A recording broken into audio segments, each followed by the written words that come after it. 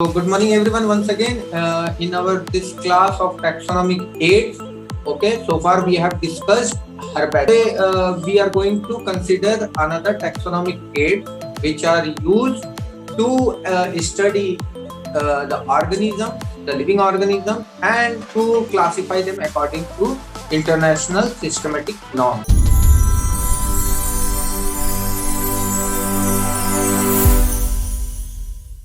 So good morning everyone once again in our this class of taxonomic aids. Okay, so far we have discussed herbarium. ठीक है, हम लोगों ने अभी तक herbarium को डिस्कस कर लिया है. Now today we are going to consider another taxonomic aids which are used to study the organism, the living organism, and to classify them according to international systematic norms. ठीक है, तो आज जो हम लोग देखने वाले हैं वो बोटानिकल गार्डन देखने वाले हैं. बोटानिकल गार्डन के बारे आप लोग सुने होंगे या फिर इवन मे बी आप लोग विजिट भी किए होंगे. ठीक है, ये बोटानिकल गार्डन्स है क्या? See, botanical gardens are the collection of live plants. अब तक जो हर्बेरियम में हम लोगों ने देखा था, हमने क्या कहा था, आपने एक प्लांट स्पेसिमेन लिया, उसको ड्राई किया, प्रेस आउट किया एंड उसको स्टिक आउट कर दिया इन सर्टेन शीट. ओके, लेकिन यहाँ पे क्या है, यहाँ पे आपको उसको ड्राई आउट नहीं करना है, इन द सेंस उसको मारना नहीं है. You are not suppose to kill it out. ठीक है, ये बिल्कुल लाइव प्लांट रहेगा. जो स्पेसिमेन है वो बिल्कुल लाइव प्लांट रहेगा and you are going to study it in detail. ठीक है, तो बोटानिकल गार्डन्स क्या है? It is the collection of a live plant for reference. ठीक है, कोई भी प्लांट है उसको बिल्कुल लाइव रखना, उसको मारना बिल्कुल भी नहीं है. सेकंड क्या है? Plants are grown for identification purpose. तो जाहिर सी बात है, आपके माइंड में एक सवाल आ रहा होगा, तो फिर हम प्लांट को क्यों ग्रो करेंगे?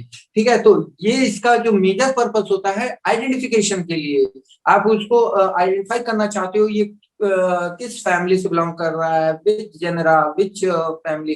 तो ये तमाम तरह के जानकारी के लिए आप उसको वहां पे ग्रो आउट कर रहे हो, उसको स्टडी आउट कर रहे हो. देन एक और इम्पोर्टेंट चीज जो हमें जानना चाहिए वो क्या है? प्लांट्स जो भी वहां ग्रो कर रहे होंगे उनको वेल लेबल्ड किया जाता है पहले तो, and it then indicates two things.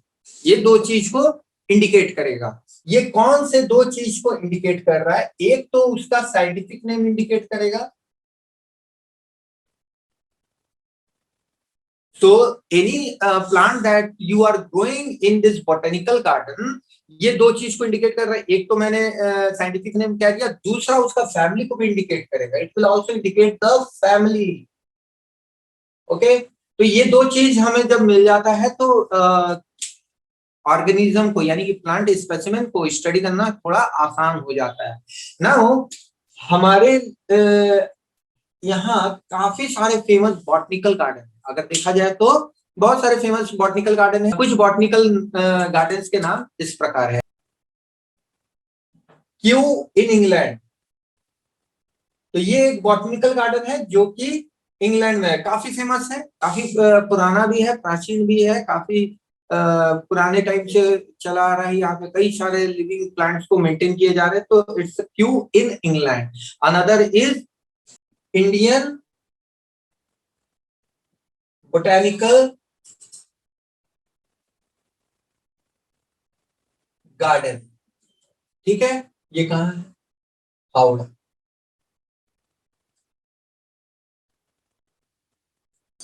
National botanical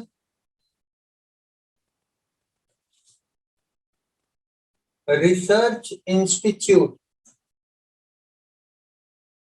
ये कहाँ है? लखनऊ में. LKO, लखनऊ.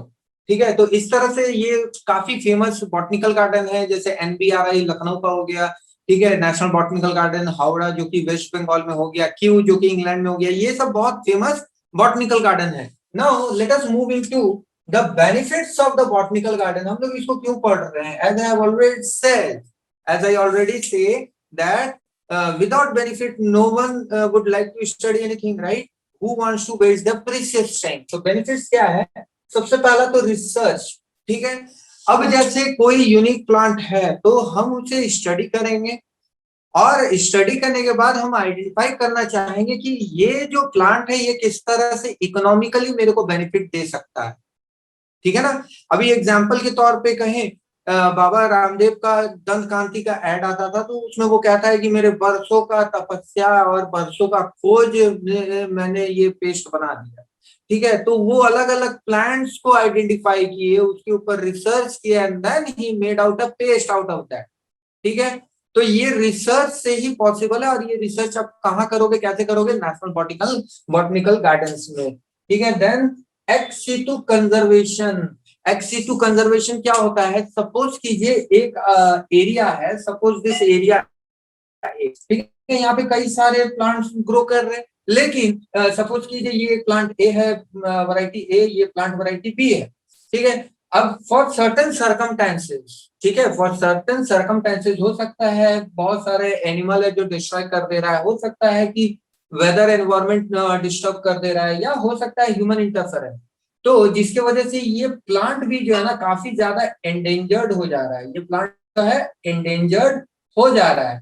तो what I am going to do, I will be transferring this plant B into a botanical garden, and I will try to grow it over here artificially, ठीक है। हम इसको grow करेंगे यहाँ पे, ठीक है, एंड इसके नंबर्स को मल्टीप्लाई करवाएंगे, ठीक है। आर्टिफिशियली का मतलब क्या है, I try to do the tissue culture method, PTC, I'll try to do the plant tissue culture method to grow its number। तो इस तरह से क्या हुआ, ये प्लांट यहाँ बिलोंग करता था इन सीटू, अगर मैं यहाँ पे ही इसको कंजर्व करता तो ये इन सीटू कंजर्वेशन मेथड होता, लेकिन चूंकि यहाँ सर्टन डिस्टर्बेंसेस से, maybe climatic, maybe any human interference, मैंने इसको उठाकर यहाँ लेकर आ गया, ठीक है, which is a botanical garden, and here I am trying to conserve this plant species of grade B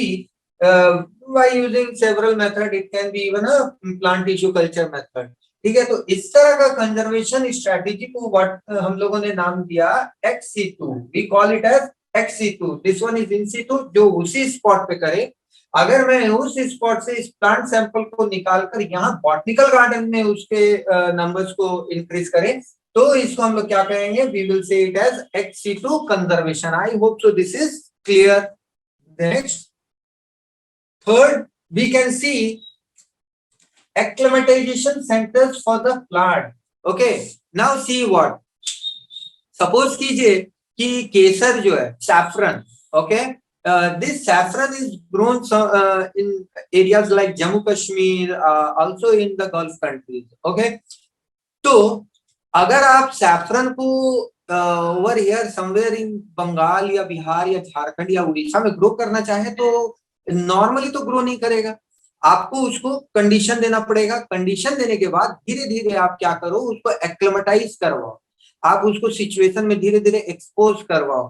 तो क्या हो सकता है, पॉसिबिलिटी क्या है, that even these states which are not able to grow saffron, there might be chances कि यहाँ पे भी सैफरन का जो कल्टीवेशन है वो किया जा सकता है। तो ये बॉटनिकल गार्डन एक तरह से कैसे काम कर रहा है, these botanical gardens are also acting as acclimatization centres for the plant, मतलब प्लांट को वो सिचुएशन, वो कंडीशंस दिया जा रहा है जहां पे वो सरवाइव नहीं कर पा रहा है, धीरे धीरे उसको एक्लेमेटाइज यानी यूज्ड टू करवाया जा रहा है उस कंडीशन का। Now we are going to see another taxonomical aid which is known as museum, ठीक है।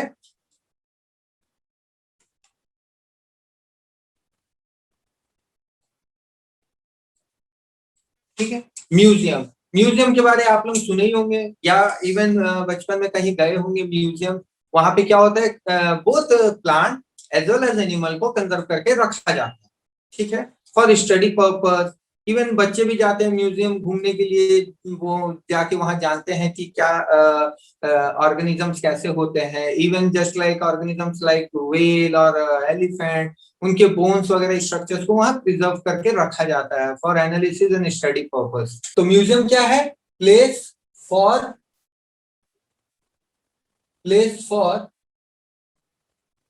Preservation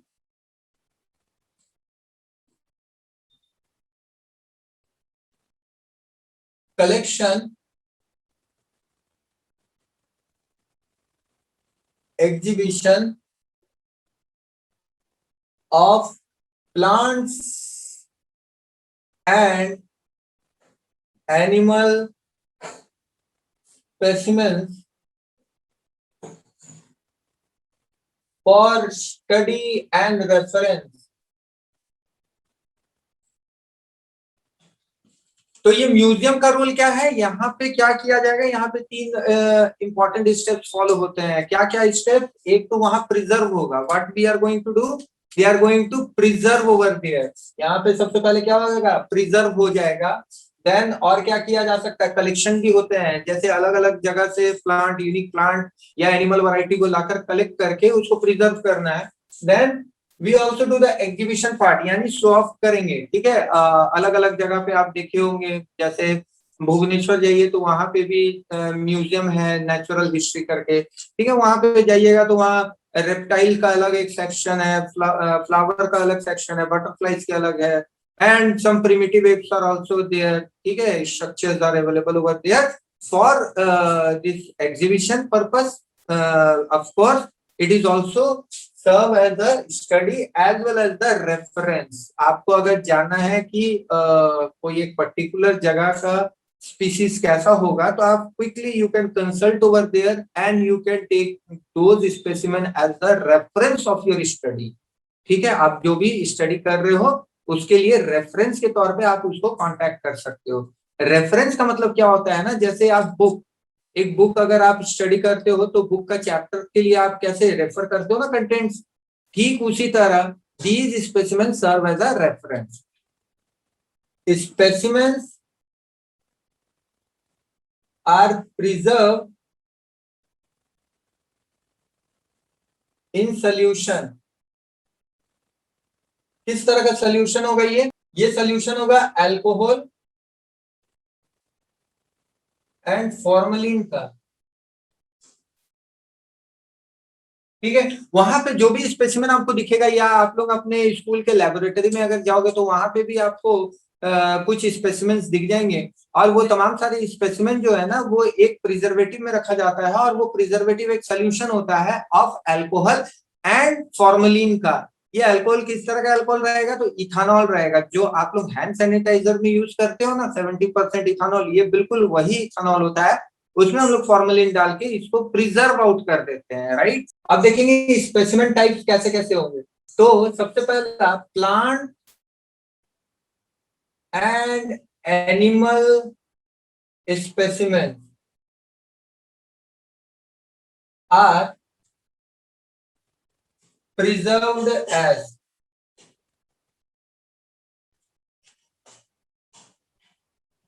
dry specimen. Then insects preserved in insect box. Method क्या होंगे, collection followed by killing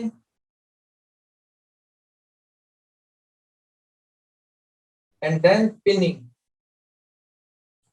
तो इंसेक्ट प्रिजर्व करने के ये method हो गए। ठीक है, we will collect the insect, we will kill the insect and then we are going to pin out the insect. Then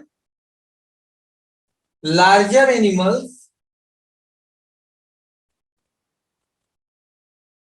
जैसे कि बर्ड्स एंड मैमल्स। तो जो लार्जर एनिमल्स है, बर्ड्स और मैमल्स, उनके केस में क्या होता है, उनके केस में आर स्टफ्ड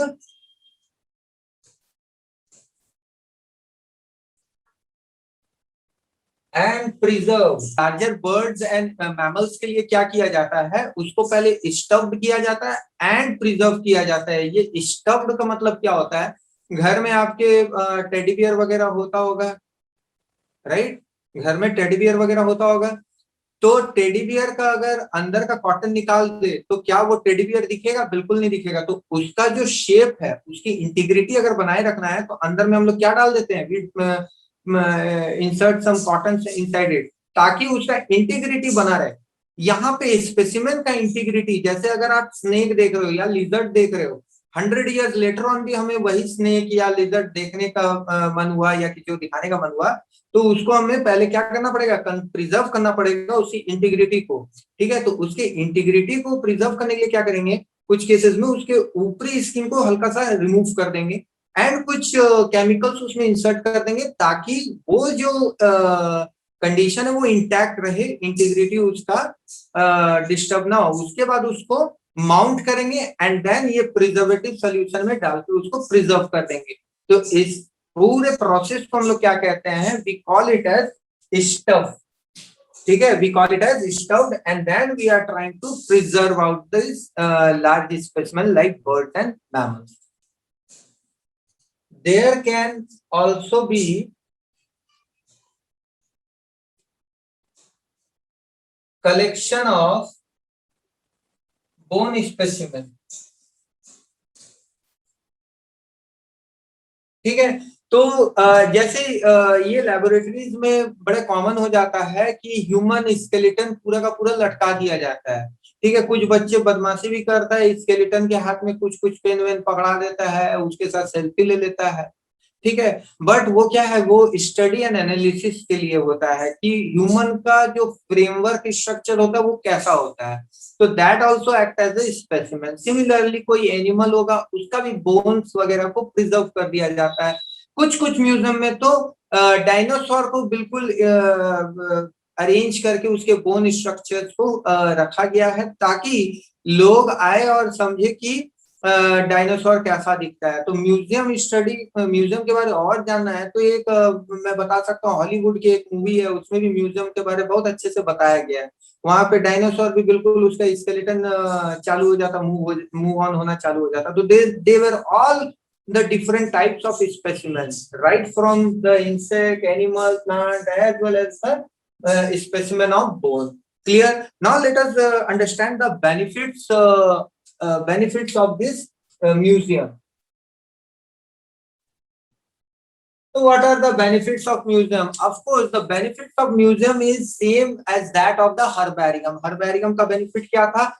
उस किसी भी एरिया का इकोलॉजी को जानना है तो we will refer the herbarium. ठीक उसी तरह अगर कहीं पे भी म्यूजियम दिख रहा है तो उस एरिया के इकोलॉजी को आप स्टडी कर सकते हो। ट्रेनिंग पर्पस के लिए आप म्यूजियम को यूज कर सकते हो। फर्दर क्लासिफिकेशन और इस पर्पस के लिए भी आप म्यूजियम को रेफर कर सकते हो। तो बेनिफिट्स क्या होगा, it is same like that of herbarium.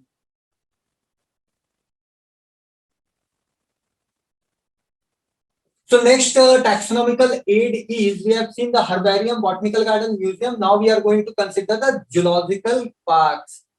Next is zoological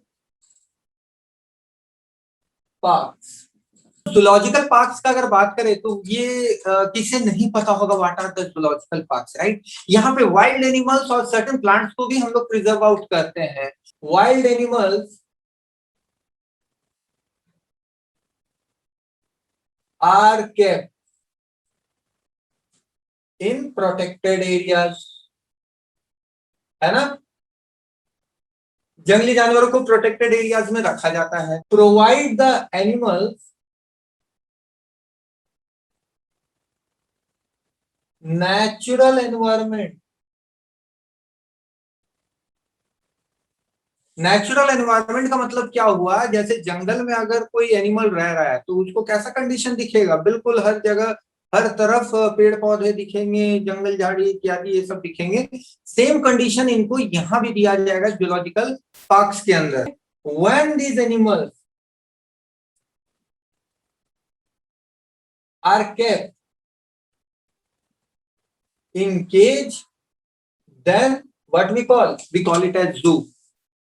जब ये एनिमल्स को केज के अंदर, पिंजड़े के अंदर बांध के रखेंगे ना, जैसे लायन है, टाइगर है, उसको एक पिंजड़े के अंदर बांध के रखेंगे तो वो तो नेचुरल एनवायरनमेंट मिमिक नहीं हुआ, उस केस में उसको हम लोग जू कहेंगे। लेकिन जैसे नंदनकानन वो जो हो गया वो जूलॉजिकल पार्क हो गया। क्यों? क्योंकि वहां पे अगर आप देखिएगा तो लायन टाइगर फ्री घूम रहा है, राइट। तो जब उसे नेचुरल एनवायरनमेंट दिया जाएगा and yet a protected one, ऐसा नहीं है कि वो आप उसे देखने के लिए जा रहे हो घूमते हुए तो वो आपको झपट लेगा और वो खा लेगा, आपके ऊपर अटैक करेगा, वैसा बिल्कुल नहीं है, वो फिर सफारी पार्क हो जाएगा। तो don't mix safari and zoological park into one. Safari is different thing, zoological park is different thing. यहाँ एक प्रोटेक्टेड एरिया के अंदर में एक नेचुरल एनवायरनमेंट दिया जाएगा जहां पे एनिमल्स, वाइल्ड एनिमल्स सर्वाइव करेंगे। Let us consider the benefits. Benefits सबसे पहला क्या होता है, देखो बचपन में आप लोग जैसे टीचर लायन टाइगर ये सब पढ़ाती थी तो आप लोगों को पाला नहीं पड़ता था, राइट। आप लोगों को पाला ही नहीं पड़ता होगा। लेकिन जैसे ही पेरेंट्स आप लोगों को जू घुमाने के लिए ले जाए तो आप लोग पिंजड़े में बंद टाइगर और लायन को देख के जितना खुश होते थे उतना शायद ही आप लोग अपने एलकेजी नर्सरी की क्लास में खुश हुए होंगे। ठीक है, लड़के जब बड़े हो जाते हैं स्कूल की तरफ से पिकनिक, अगर if at all they visit to a zoo, वो एक्स्ट्रा हैप्पीनेस रहते हैं। और खास तौर से ये सारे जितने भी लड़के कम्युनिटी है ना, for some unknown reason I don't know why, but they all just get collected near the cage of a monkey and they all try to mimic the monkey. I find no reason why they gather in front of the cage of a monkey and they try to mimic, but there might be reason. तो इस तरह से क्या हो रहा है, we are getting acquainted with the wildlife.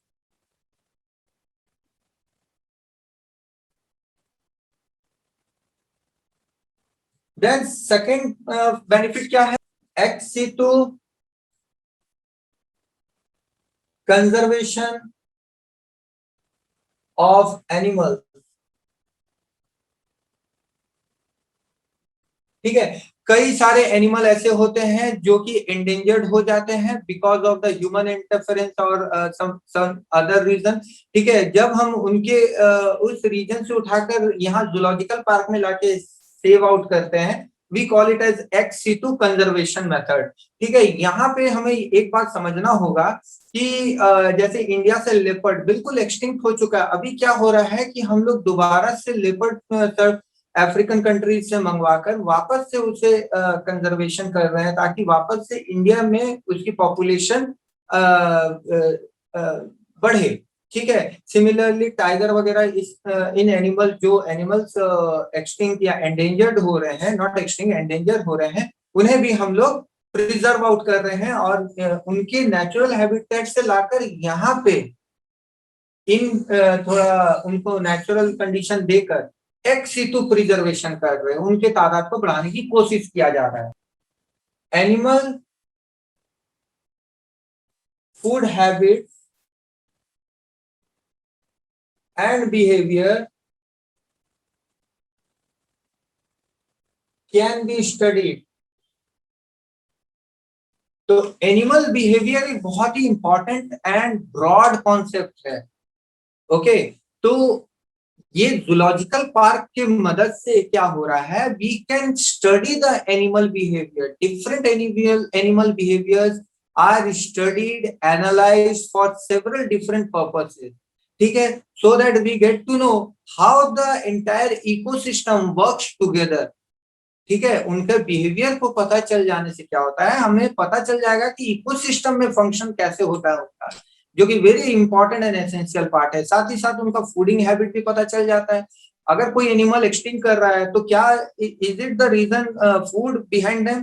तो इस तरह के तमाम रीजंस को हम लोग स्टडी आउट कर सकते हैं using this zoological park. Next जो मेथड हम लोग देखने वाले हैं वो है keys, very important.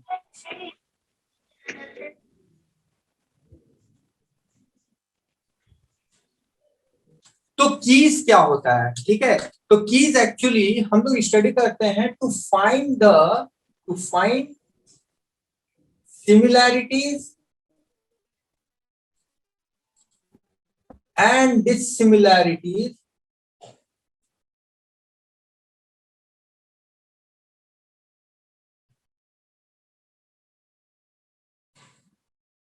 Of an organism. ठीक है, तो किसी भी ऑर्गेनिज्म के बीच का क्या सिमिलैरिटी क्या डिससिमिलैरिटी है वो तो स्टडी होता ही है। It is also used for to identify to identify plants and animals based on this similarities and dissimilarities. Plant and animal को अगर हम लोग यूज करेंगे, ठीक है, तो we call it as keys. Similarity और डिसिमिलैरिटीज के आधार पर जब हम लोग प्लांट एंड एनिमल्स को आइडेंटिफाई करने की कोशिश करते हैं तो उसको कीज कहेंगे. अब यहाँ पे एक फंडामेंटल चीज को समझने की कोशिश कीजिए, ठीक है. Keys are based on contrasting characters, ठीक है. कॉन्ट्रास्टिंग कैरेक्टर्स अभी बहुत जल्दी इसमें भी आएंगे हम. This contrasting characters are written in pairs, written in pairs, और जिनको कहते हैं क्या, couplet. We call it as couplets. अब ये कॉन्ट्रास्टिंग कैरेक्टर कैसे होगा, जैसे कि शॉर्ट या फिर टॉल. ओके, तो ये कॉन्ट्रास्टिंग कैरेक्टर हुआ, और इन कॉन्ट्रास्टिंग कैरेक्टर को जोड़े में लिखते हैं, पेयर्स में लिखते हैं, ठीक है, जिनको हम लोग क्या कहते हैं, कपलेट कहते हैं. कॉन्ट्रास्टिंग कैरेक्टर जो कि विजिबली आप देख सकते हो, जैसे कि टॉल या शॉर्ट, ठीक है. सिमिलैरिटी डिसिमिलैरिटी हम लोग एनालिसिस करेंगे. फॉर एग्जांपल, जैसे कि मान लीजिए अगर मेरे को पेन के साथ एनालिसिस करना है, सपोज कीजिए ये दो पेन है, ठीक है, तो हम देख सकते हैं कि दोनों एक सेम शेप साइज का है. अगर कोई ऐसा होता तो हम लोग क्या कहते हैं कि this one is tall and this one is short, तो इसको हम लोग क्या कहते हैं, कपलेट्स कहते हैं, ठीक है. बेस्ड ऑन दिस कपलेट हमें क्या मिल रहा है, वी इट गिव्स चॉइस, ठीक है, चॉइस ऑफ सिलेक्शन. तो based on this selection of choice हमें क्या आउटकम मिल रहा है, outcome is acceptance of one and rejection of another.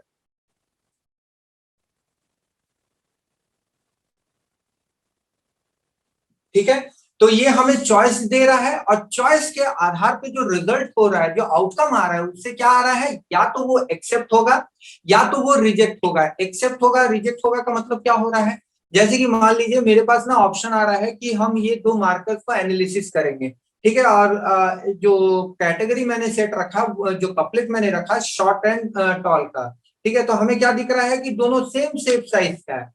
तो हम ये क्या मिल रिजल्ट में क्या आ रहा है, रिजल्ट में एक्सेप्ट हो रहा है, ये रिजेक्ट नहीं हो रहा है. रिजेक्ट कब होगा, जैसे ऐसा रहा, एक टॉल एक शॉर्ट रहा, तो ये वाला रिजेक्ट हो जाएगा, no it is not tall, ये इससे छोटा है, शॉर्ट है, तो हम इसको रिजेक्ट कर देंगे. तो आउटकम यही होते हैं. ईच स्टेटमेंट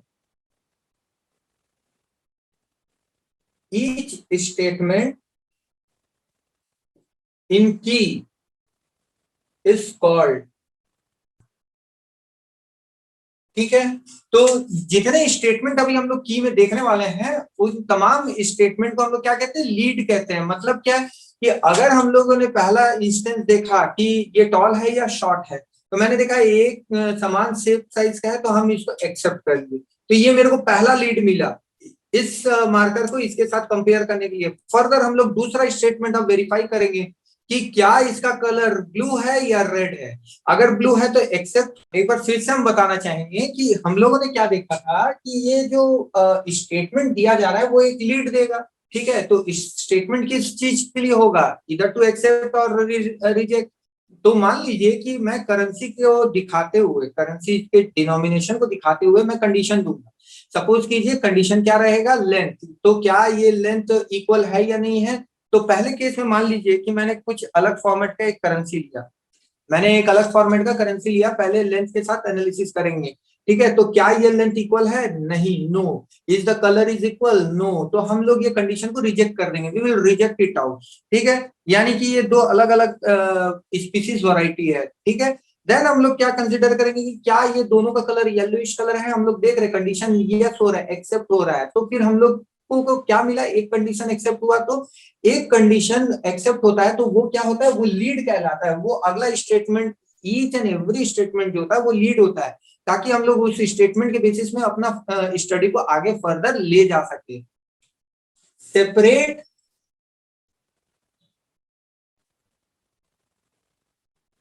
टैक्सोनॉमिक की is required for each taxonomic category.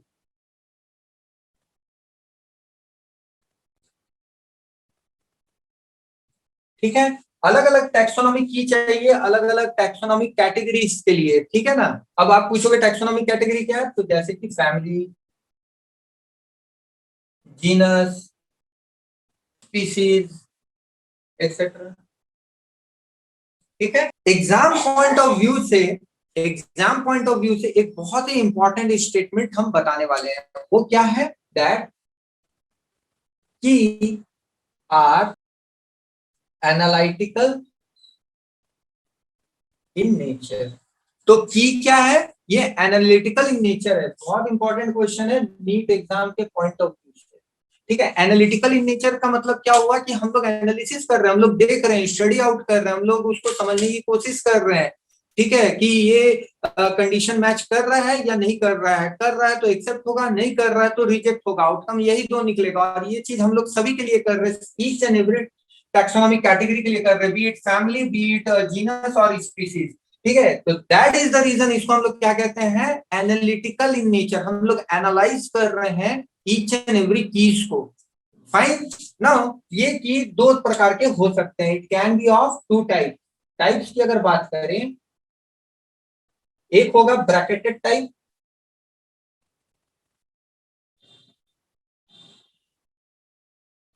one is bracketed type with alternative characters in numbers given in a bracket, and second क्या हो जाएगा, indented और योग्ड की। ठीक है, तो यहाँ पे जो कैरेक्टर्स होगा, जो भी ये रहेंगे, इसमें जो कैरेक्टर्स हम लोग ले रहे हैं, ये एक सीक्वेंस ऑफ टू और मोर अल्टरनेट कैरेक्टर होगा, सीक्वेंस ऑफ टू और मोर अल्टरनेट कैरेक्टर।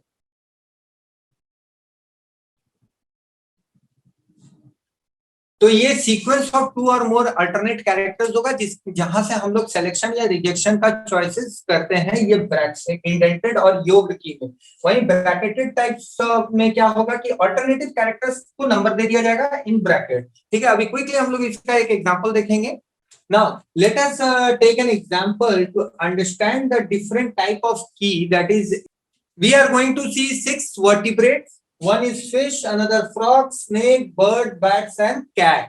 ठीक है, ये 6 वर्टिब्रेट को हम लोग एनालिसिस करने वाले हैं और कुछ कैरेक्टर्स को हम लोग आइडेंटिफाई करेंगे, कुछ विजिबल कैरेक्टर्स के बेसिस में हम लोग इसको सेपरेट आउट करेंगे। जैसे कि हमारे इस केस में जो कंट्रास्टिंग कैरेक्टर्स रहेगा, we are going to consider some contrasting characters.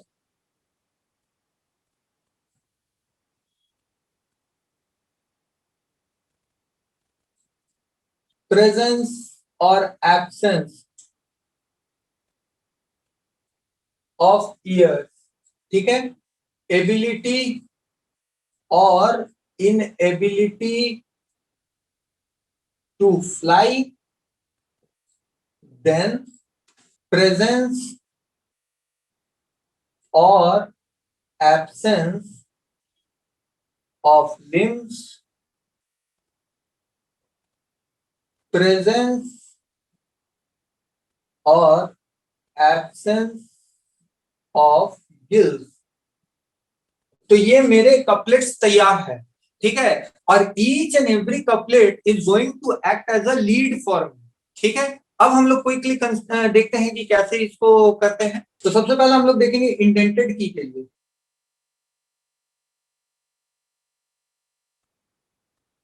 Number 1 क्या है, ये प्रेजेंस और एब्सेंस ऑफ ईयर्स। तो we will write it over here, presence of ear externally.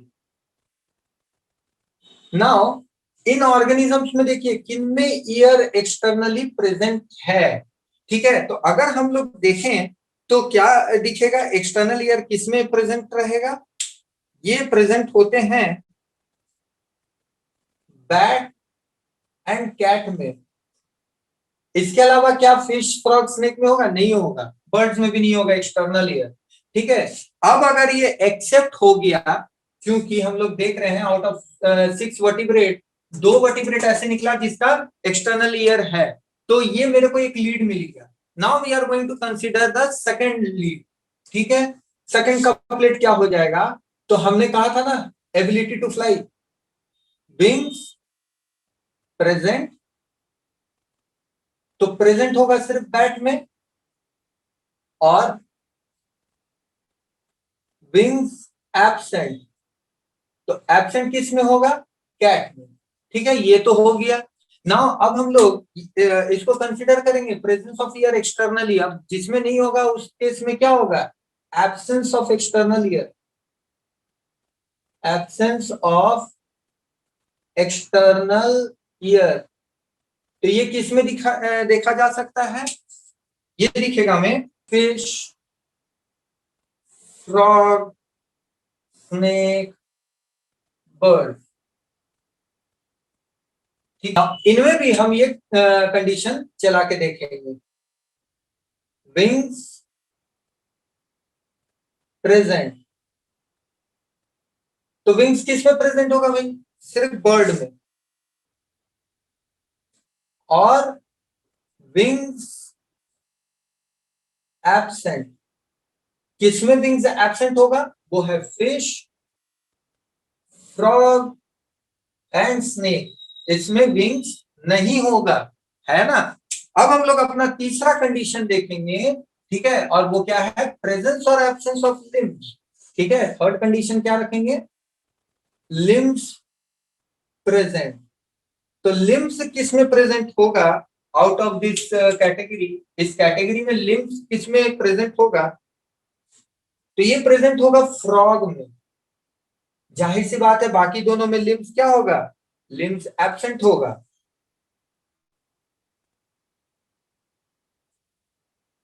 Limbs absent किसमें होगा, of course fish and snake.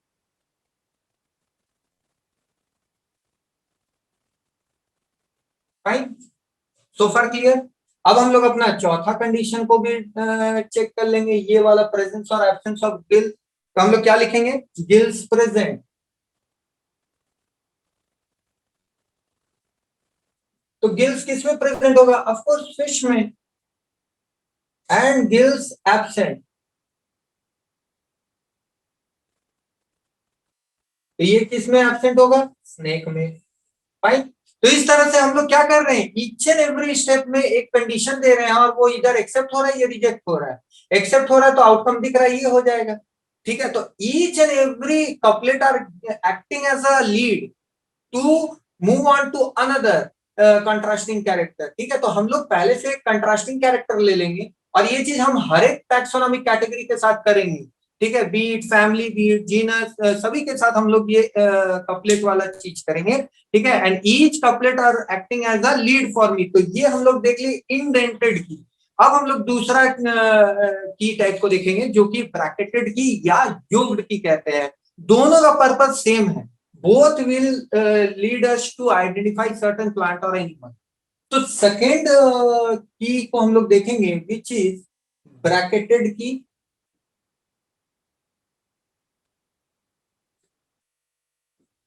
ठीक है, कंडीशन बिल्कुल सेम रहेगा।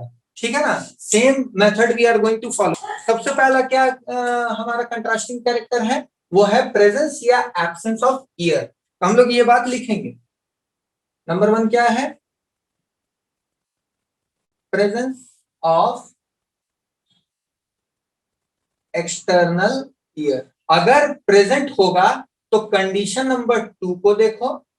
ठीक है, या फिर एक्सटर्नल ईयर एब्सेंट। अगर ऐसा है एब्सेंट होगा तो आप कंडीशन नंबर 3 को देखो। ठीक है, अब हम लोग मूव ऑन करेंगे कंडीशन नंबर 2। कंडीशन नंबर 2 क्या है, ये वाला एबिलिटी और इनएबिलिटी टू फ्लाई। तो हम लोग क्या कहेंगे, जो फ्लाई होगा विंग्स प्रेजेंट। ठीक है, तो what is the organism that have a external ear as well as the wing? Of course it is bat. ठीक है. Second, wings absent. तो ऐसा कौन सा ऑर्गेनिज्म है जिनका एयर्स है लेकिन विंग एब्सेंट है? तो that is of course cat. एक थर्ड कंडीशन भी है कि एक्सटर्नल ईयर एब्सेंट है. Let us check whether they have the wings और नॉट. तो एक्सटर्नल ईयर एब्सेंट है लेकिन विंग्स है, तो वैसा कौन सा ऑर्गेनिज्म होगा? Of course it is birds. Then wings absent. तो इस केस में क्या हो जाएंगे? Consider fourth number. Will check this contrasting character now. Fourth में लिम्स प्रेजेंट. तो लिम्स प्रेजेंट किस में होगा? ऑफ कोर्स फ्रॉग में होगा. और लिम्स एब्सेंट किस में होगा? तो उसके लिए आपको कंडीशन नंबर 5 देखना है. फिफ्थ कंडीशन में जब जाएंगे तो ये आखिरी कॉन्ट्रास्टिंग कैरेक्टर आएगा जो कि प्रेजेंस और एब्सेंस ऑफ गिल्स होगा. Fifth one is gills present.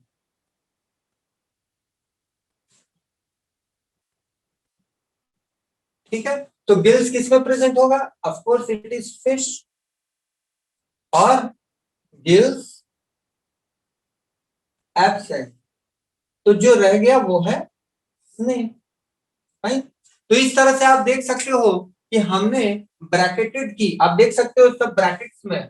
ठीक है, ये ब्रैकेट्स में, इसी को कहते हैं योक्ड की या फिर ब्रैकेटेड की. इस केस में क्या होगा कि हम लोग जो भी कंट्रास्टिंग कैरेक्टर होगा उसका जो लीड होगा वो एक ब्रैकेट्स में दिए जाएंगे.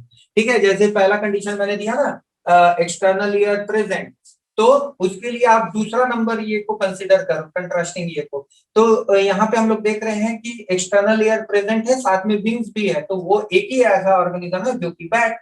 दूसरे केस में क्या हो जाएगा? कैट. अगर किसी में एक्सटर्नल ईयर एब्सेंट है तो आप रिफर करो थर्ड नंबर कॉन्ट्रास्टिंग कैरेक्टर, जिसमें हम लोग फिर से दो कंडीशन दे दिए हैं कि विंग्स प्रेजेंट. तो अगर विंग्स प्रेजेंट है तो बर्ड होगा, और अगर विंग एब्सेंट है तो चौथे पे आ जाओ. चौथे में हम लोग देख सकते हैं कि लिम्ब प्रेजेंट है या एब्सेंट है. अगर प्रेजेंट है तो फ्रॉग होगा, और अगर एब्सेंट है तो फिफ्थ में आ जाओ. फिफ्थ में हम लोग देख सकते हैं गिल प्रेजेंट है या एब्सेंट है. अगर प्रेजेंट हुआ तो फिश, और नहीं तो एब्सेंट हुआ तो snake. Clear? I will give you a homework and मैं आपको ये कॉन्ट्रास्टिंग कैरेक्टर्स भी दे दूंगा. ठीक है, I will give you a homework and I will also provide the contrasting character. Try to do it in your home. ठीक है, आप खुद से करने की कोशिश कीजिएगा. फाइन. तो any doubt? No sir. That was all for today's class. अगर कोई डाउट होगा तो please let me know. We will meet again on next class. Okay.